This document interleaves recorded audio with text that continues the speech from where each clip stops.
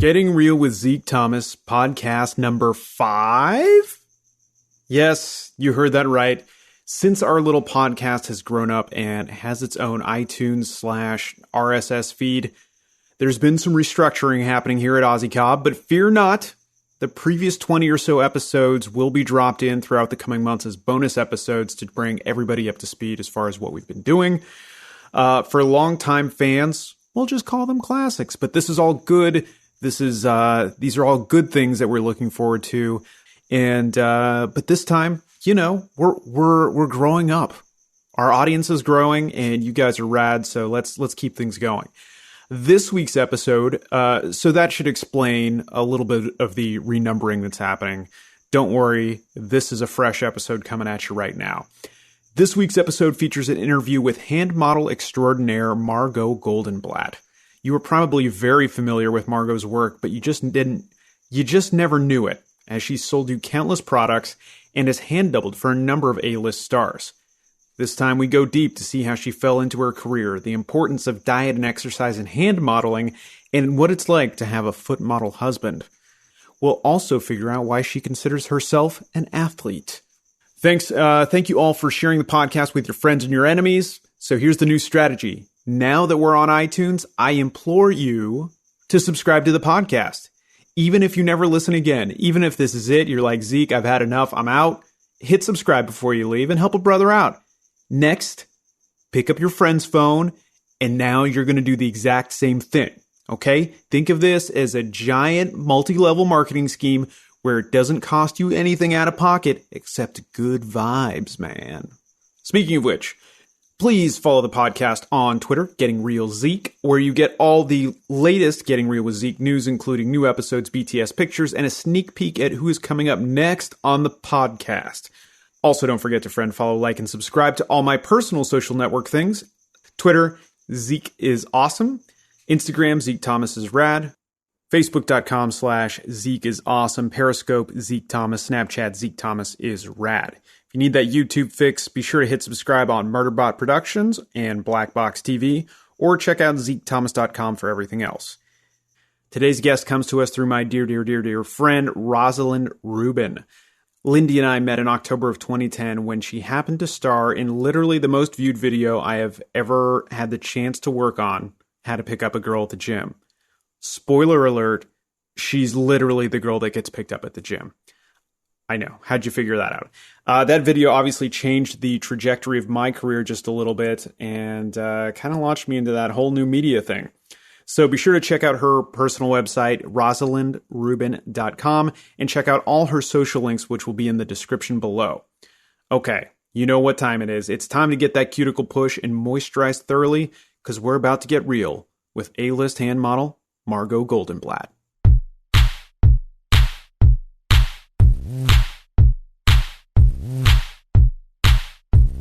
Ladies and gentlemen, welcome to another edition of the Getting Real with Zeke Thomas podcast. As always, I try to bring you people with origin stories whose names you might not recognize, but whose stories you definitely need to know. We tend to fall within and deconstruct people well within the worlds of sports and entertainment. And this week, we're in store for a very special treat because, well, she sort of straddles both those worlds. I'm very pleased to announce that we have the very special guest. I would call her an actress, I would call her a model, and I would even call her an athlete. Please welcome Margot Goldenblatt. Hello. Thank you so much for having me. Thank you. Thank you for coming on and doing my podcast. I really appreciate it. I really appreciate it. And thank you so much for those kind words. Like I would definitely describe myself as well as an actor, model, and athlete in my given profession. So tell us a little bit about what you do. Well, I guess most people would understand more that I am what we would call a professional hand model. I've been working as a professional hand model for 17 years. I would say probably 15 to maybe 13 to 15 years professionally, paying my bills as a professional hand model. I put myself through college as a professional hand model. And now I'm out here doing it consistently for the, past 15, 17 years. Wow. Yeah. throughout this podcast, I tend to know almost every single person who comes through the studio, and you're no exception. Mm-hmm. So as I've alluded to in previous podcasts, I early on in my showbiz career, I was a hand model and foot model. And, you look at these incredible hands that I have on me. You do have quite... Well, ignore the calluses that are currently on there. You haven't been modeling lately, I can tell. You can definitely, that's too much CrossFit and not enough hand modeling. But yeah, I used to have amazing feet, as you can now tell by my incredible toenail polish right now. I am a little matchy-matchy Not the industry standard, Definitely for sure. not. You see, these are all clues to a professional like Yes. yourself that I am not in the business in that capacity anymore. But yeah, when I first started out here, I had a commercial agent, good old Daniel Mulhern at DPM. He was like, "You have beautiful hands." I was like, "Oh, these?" It is something that you tend to fall into, not something that you sort of go after. Yeah, as a young man, when I first discovered plays and music and all the stuff that you do when you discover the arts, the last thing you do is be like, you know what? Hand modeling. It's such a specific talent and ability. It's not like other professions where you can cultivate talent. Mm-hmm. It's something that you literally are born with. So yeah, it is something that you fall into as opposed to pursue. But that doesn't take away from the fact that you do have to there's a lot of maintenance and care that goes on into it. Yes, of course. The same way, athletes might have a particular body type that makes them excel in their given profession. Hand models do as well, but there is upkeep. There is certain things you have to do in order to stay in shape, to stay flexible, Sure. to stay healthy. There's protective things you need to do for your hands, or if you're a foot model, for your foot as well. So there is upkeep, but it is not everyone can be a hand model. Of course not. No, Yes. I mean, I see a lot of people that I was just like, oh wow, like they have horrific caveman hands. That they would. But every hand is beautiful. Let's not. Okay. We are a loving community. We aren't here to judge other people's hands. Just some hands shouldn't hold Greek yogurt. Right. No, absolutely not. So, I want to touch upon it. So the way that Margot and I met was I recently shot second unit for a Gotham project, and it involved chess. Chess was a big part of the whole Gotham mythology. The Penguin is always using chess as a metaphor for moving people around and arranging people within the city of Gotham. And so they wanted me to do this artistic, rendering of how chess is a giant metaphor for what he was doing, and we needed a hand model. And of all people, I walked in the door, and I was impressed not only with your professionalism, incredible attitude, no diva attitude about it. I was very impressed with everything you brought to the table. Thank you very much. We were in and out of there in 6 hours in no short order due to your professionalism. And, thank you. That's very important. And I thought it was a great opportunity to learn a little bit more about it because, I know a little bit about this industry, but I don't know And I have to say, picture. that was a really fun shoot for me as well, because there was movement, very specific movement. Sometimes hand modeling isn't it's always about specifics, but typically it's the specifics of how you hold something, finding your light, finding the camera, or if it's a movie set, sort of living the character through the hands of whatever they're doing. But this shoot was much more about the movement of the pieces, and the hand was more of a facilitator for that. It was a completely different shoot for me in that way as well. Right. You weren't necessarily the center of attention, Correct. which I know is sort of counterintuitive to a lot of the work you do, because you were sort of going over your CV with me before the show, and your resume is rather impressive. Thank you. It is. Would you share with us some of the big things that we will recognize your hands from? I'd be happy to. Let's see. I guess one of my favorite performances that I've ever done, as I was mentioning, was in The Hours. I actually got to play the hands of all three of the main characters. Wow. So I guess technically I won an Oscar as well. That was an Oscar winning performance, which was very exciting for me, although I didn't get thanked in the speech, but that's okay. I'd count it. I'd count it. I'd count it, I can get a little small Oscar and put it in my mantle for that performance. That was very fun. There was timepieces and time frames in that particular project. So the way hands, that was a study of women throughout different time periods and how they lived in their lives. And the hands of each individual characters were really important. And there were some days where Meryl if I can say her name, had a couple of, her cuticles weren't on point, and they needed someone to step in last minute, and I was able to do that. I was initially hired only to play Nicole Kidman. I actually initially had signed on to play Nicole's hands with the letter writing and things like that. But that was a really fun experience. I really enjoyed the highlight of my career, honestly, was the job where I met my husband, actually. He's a foot model. That's a funny story. Okay. If you're interested. Yeah. Please tell us about it. Well, this was, I guess, 8 or 9 years ago on a shoot for a condom. It was a condom commercial. Scandalous, I know. It was one of these commercials where they didn't hire actual actors. They hired hand models, which I would consider myself an actor, but the breakdown was calling for models. And he played the feet and I played the hands. And the entire shoot was, a bedroom and running around and the build up to when you might need a condom. And my hands were the hands that opened the condom. So that was a highlight for me because we just hit it off immediately and began, I guess, courtship, you would say. That's a polite way of saying that. Sure. I've also done hand modeling in music videos. Of course, there's your basic advertising, both print and television ads. I've really done it all. If you've seen a white woman's hands in the past 17 years, chances are you've seen my hands. Wow. So, I mean, that seems like it must be a very small community of people who are really at the elite level of hand modeling. Yes, it's a very small community. There are sort of go-to people for each demographic. There's the go-to person if you need like a very muscular type hand of a different, whatever that race might be. There's, a group of men that do that. There's the businessmen that do, business hands. I would say my hand. So describe, since we're all sort of newbies to this, to this world, business hands. What's the difference between, a business hand? I mean, do you just sort of make the assumption that they're doughy white guys, like as for business hands? I'm not a casting director, so I can't say specifically.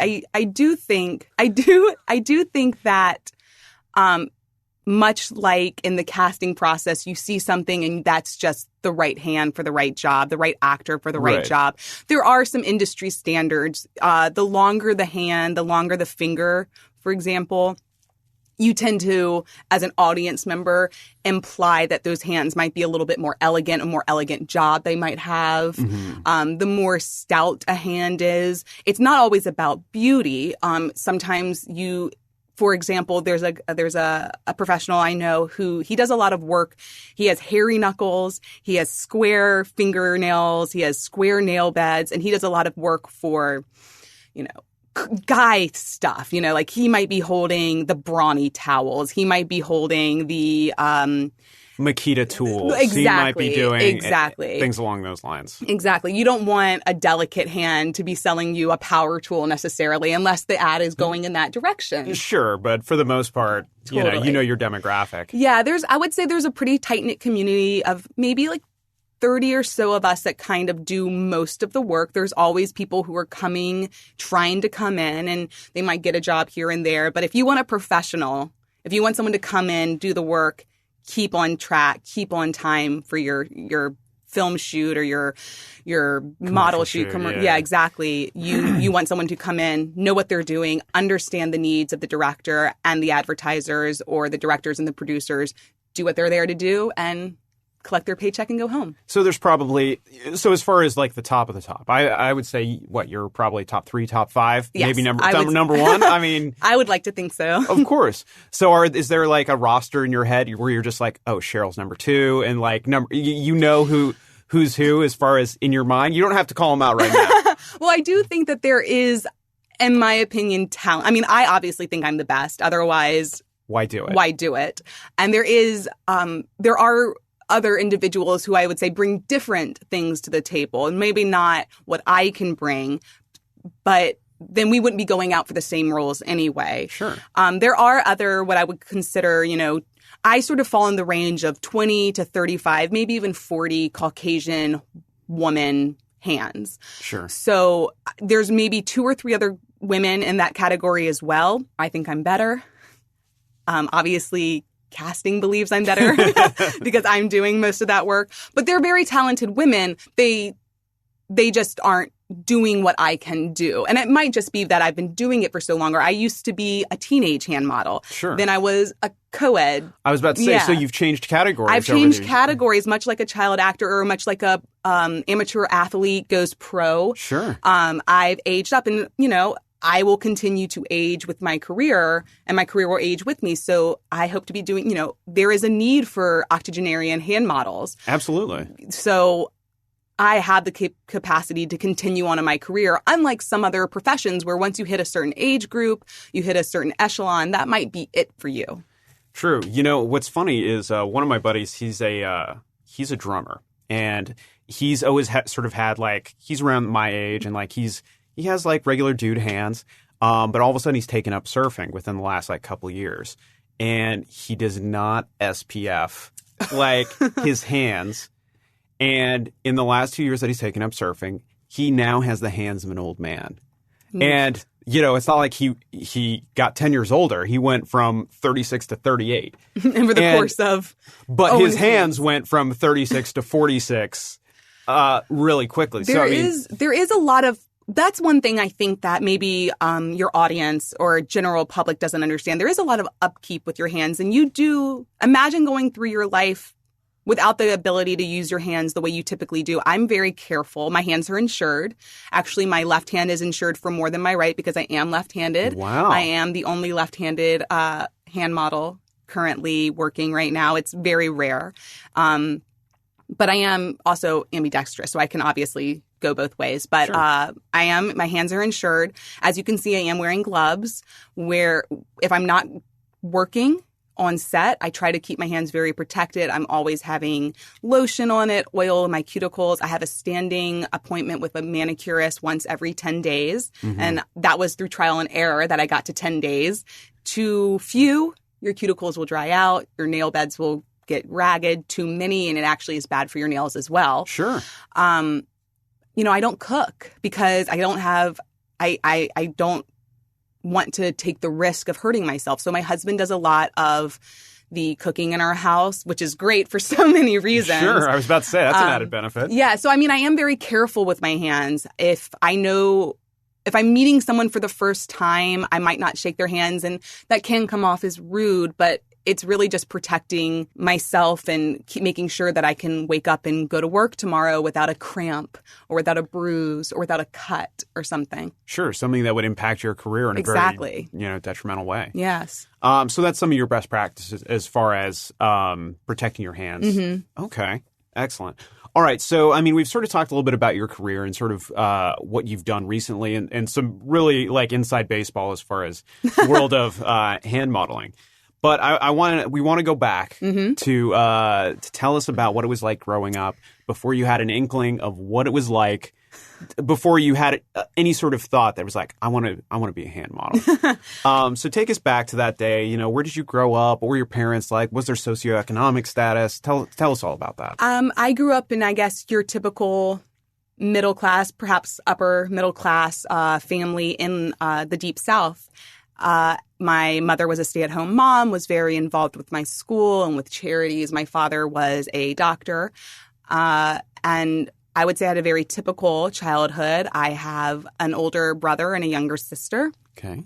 And, there's no great trauma in my life. There's no great, exciting. It was just a normal childhood. I had a dog. I had a hamster. I went to school. I went to band practice. What was your instrument? I played the oboe. Okay. In my school band. Yeah. I wasn't great, but I did play it.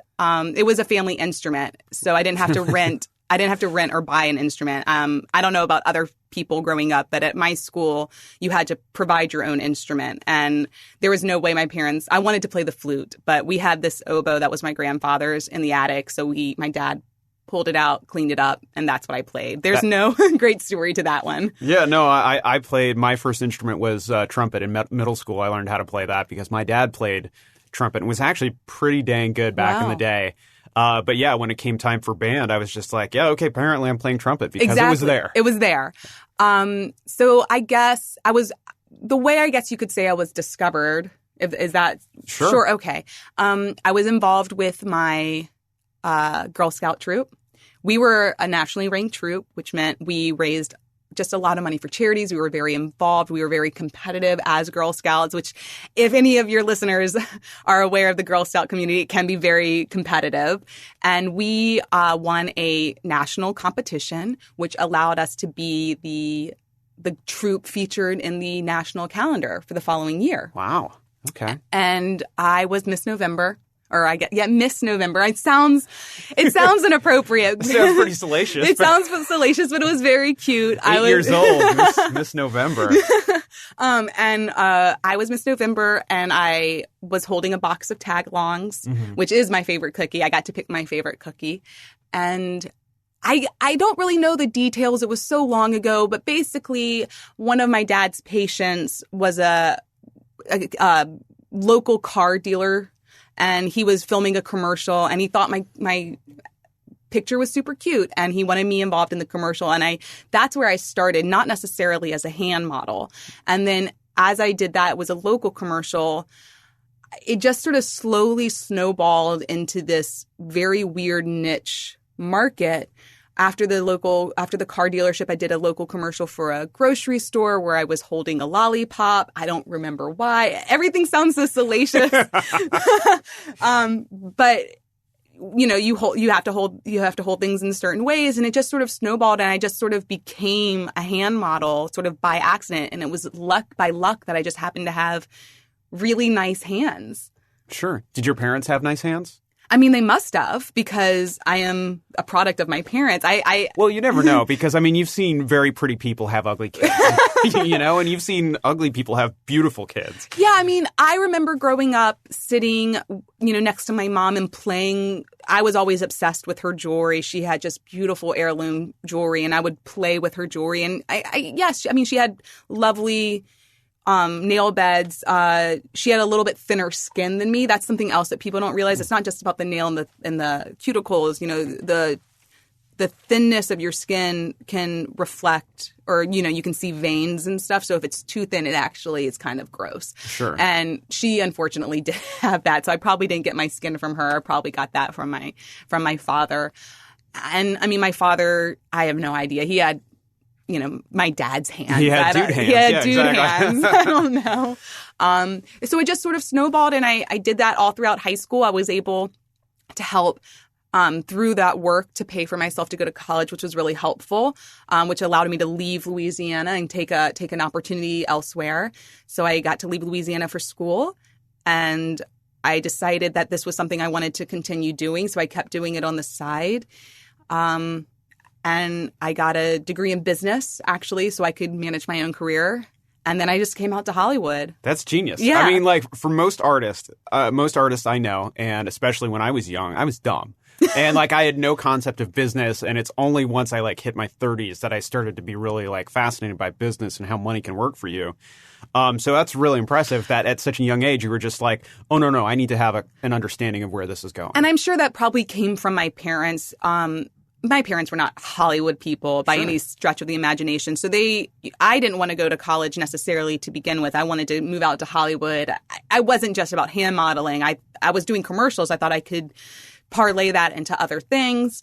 But my parents were pretty adamant that I go to school and get a degree in something. And there's no degree in hand modeling. So if there was, I probably would have gotten that, a BFA in hand modeling. I was about to say you'd have an honorary doctorate by now, right? So I ended up going to business school because I really didn't know anything about Hollywood, but I knew that I've heard horror stories, as everyone's heard horror stories about how young women can be taken advantage of. And I wasn't going to go that route. So I wanted to be able to look agents in the eye and understand contracts and things like that, which has been a boon for me because now I manage myself. I'm my own agent. I don't have to give a percentage to anyone else. I was about to say, at this point in your career, you're probably just accepting inbound calls as opposed to having to sell yourself in any capacity. Yeah, I don't do cattle calls anymore at all. It's really nice to be able to wake up and do the jobs that you select. Right. As opposed to begging for work. Right.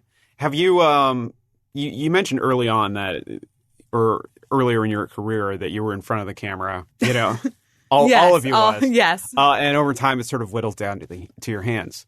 Do you ever have any desire to return? Absolutely not.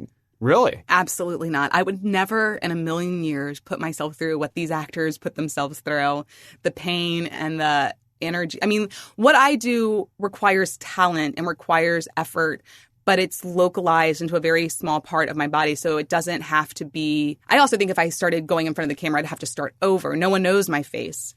So that's what I was wondering. You know, it would be it would be starting from zero at the top of a career, which I'm not looking to do something like that. Sure, and you probably don't have time, too. I mean, you'd probably have to start doing casting director workshops and all sorts of nonsense. Exactly. And, you know, a good week for me, I'm very lucky between, I do have a young child. I have one kid, and I'm able to be very flexible with my career at this point. So an average week for me is I wake up, I take care of my family, and my husband goes to his photo shoots or his auditions. My husband's still auditioning, nice. But that's fine. The men's side of modeling hands and feet is very different from the women's side. So does he cross over to hands every now and then, or is he mostly a foot guy still?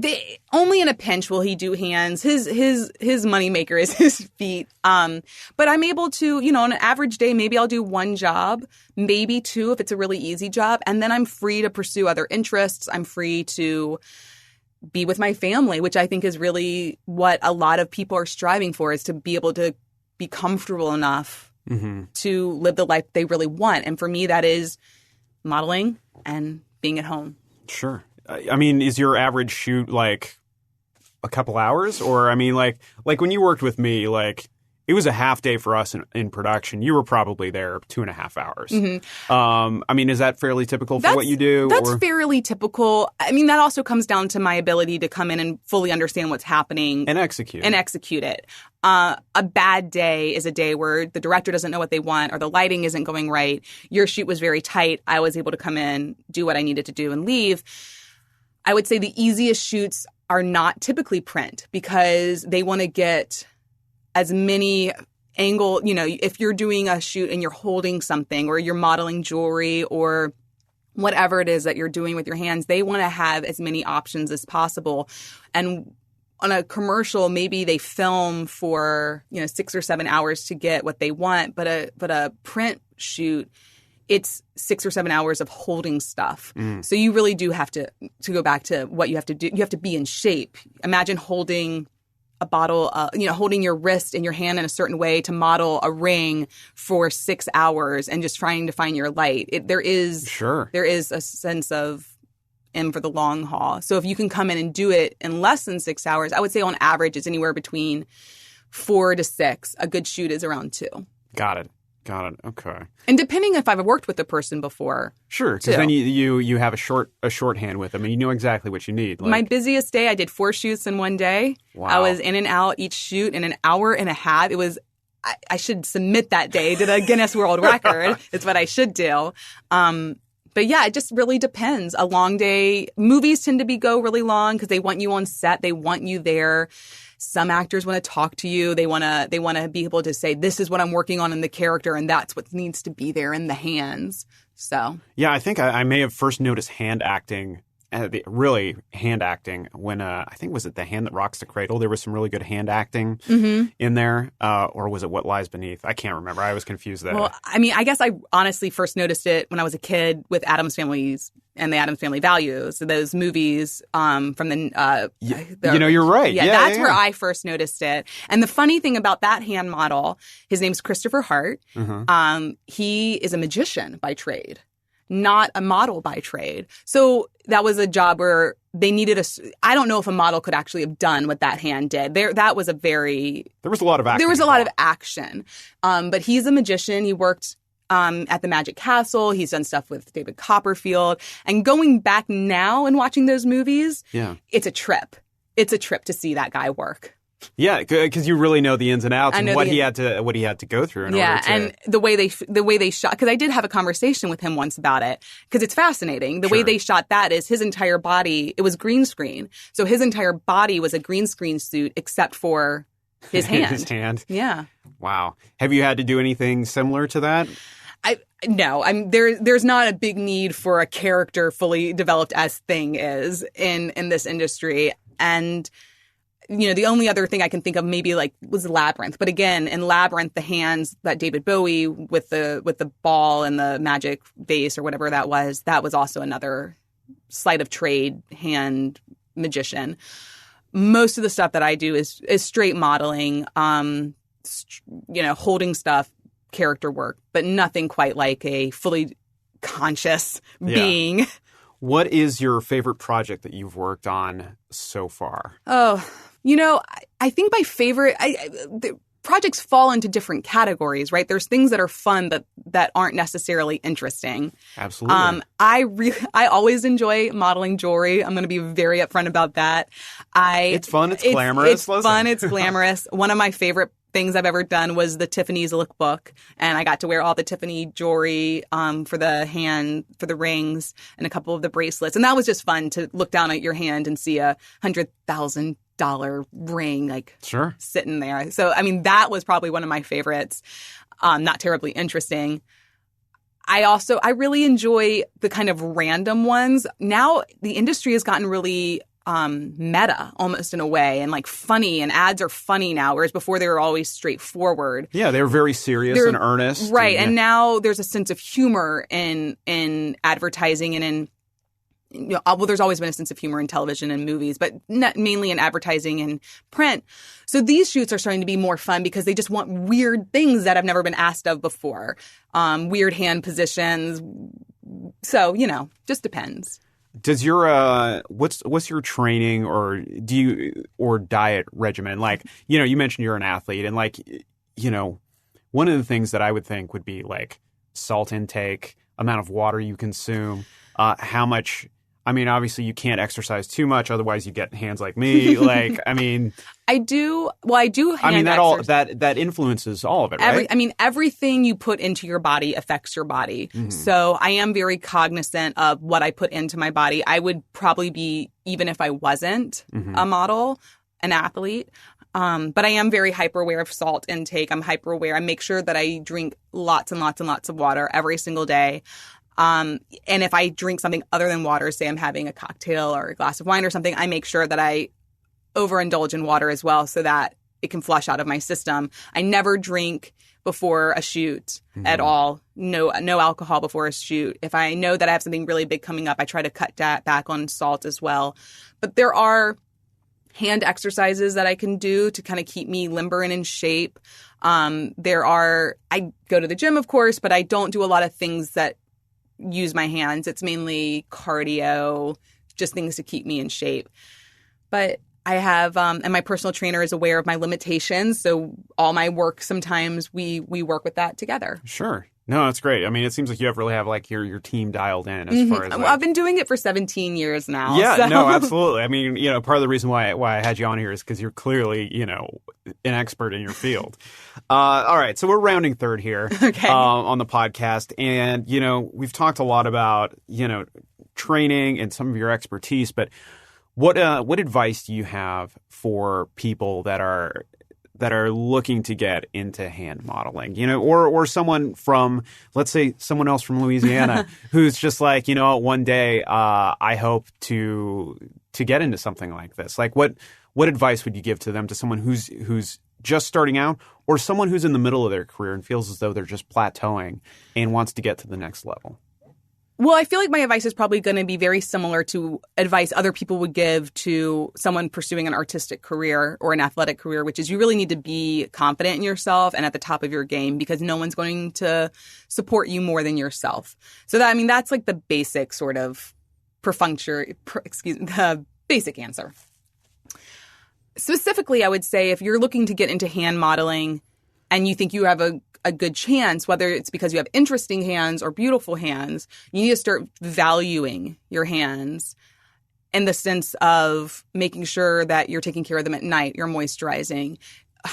Don't ever trim your cuticles. Whenever I go to manicure shops, which I don't go to these anymore, where they cut cuticles, I just want to scream at both people involved in the transaction. Don't let this happen. Don't let this happen. You're allowing bacteria into your nail beds.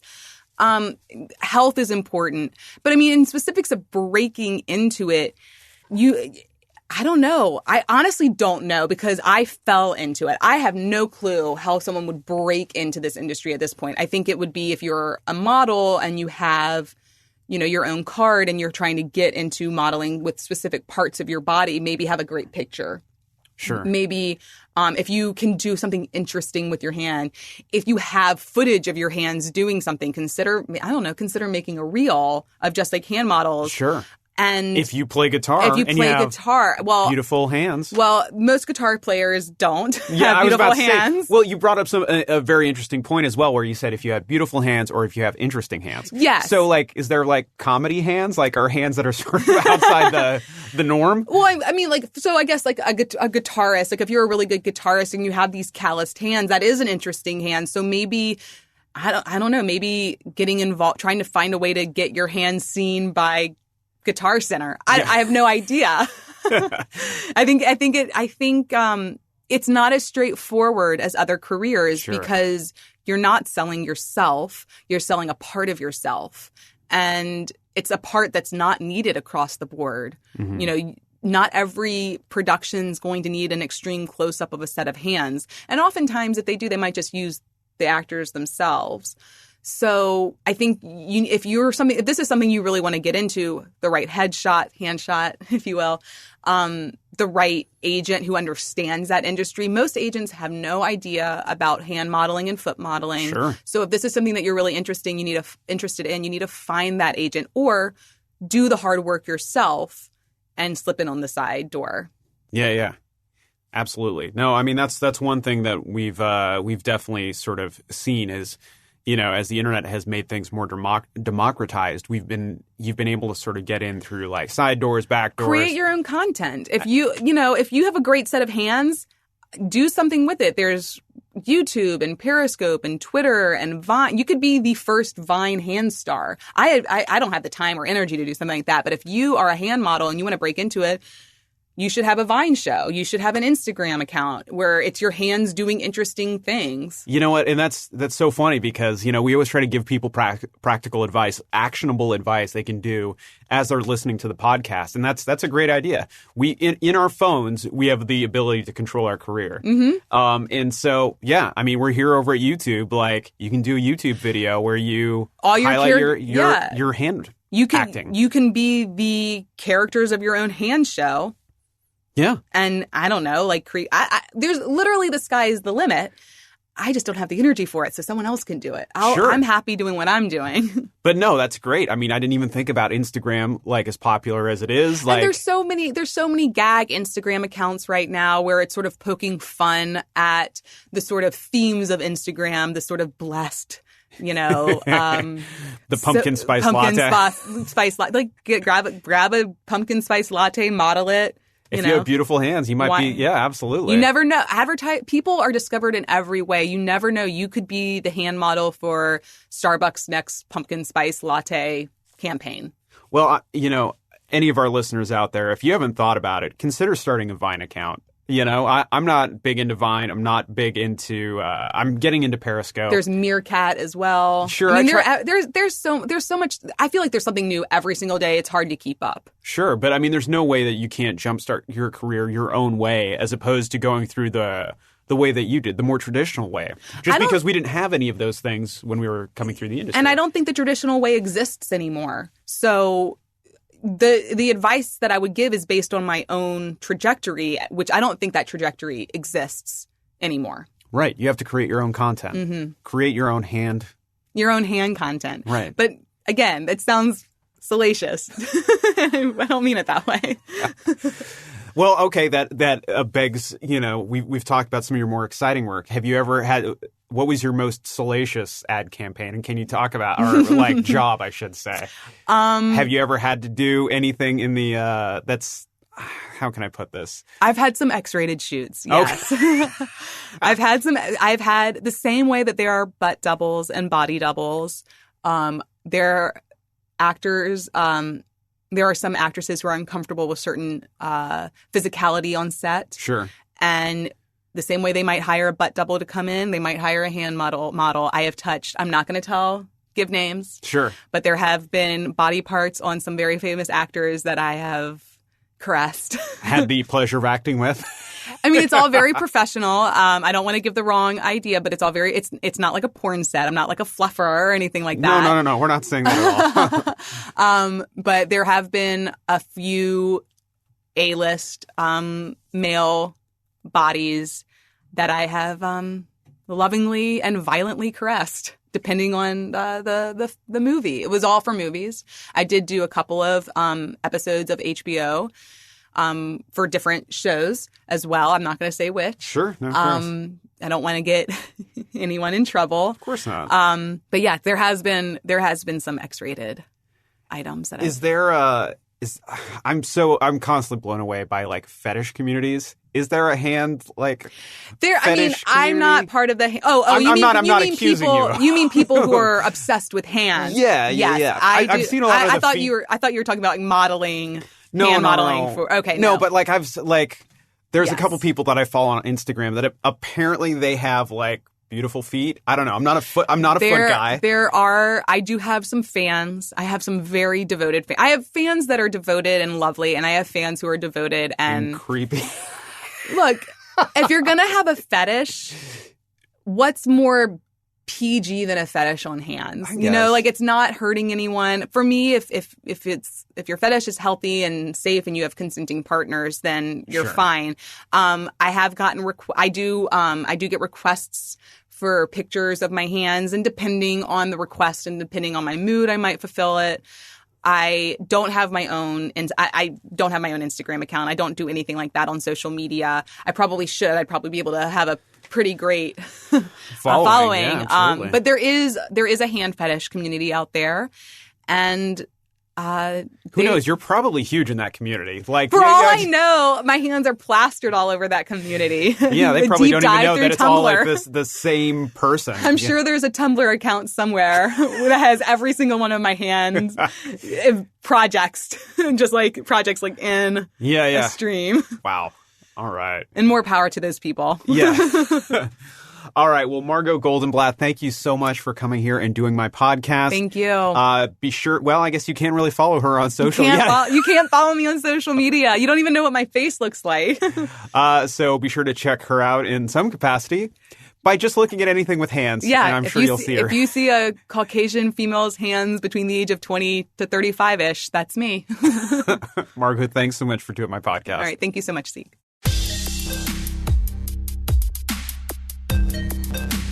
This has been an Ozzy Cobb Media production. Executive producers Noah Kinsey and Brian Nicholas. For more information, visit ozzycobb.com.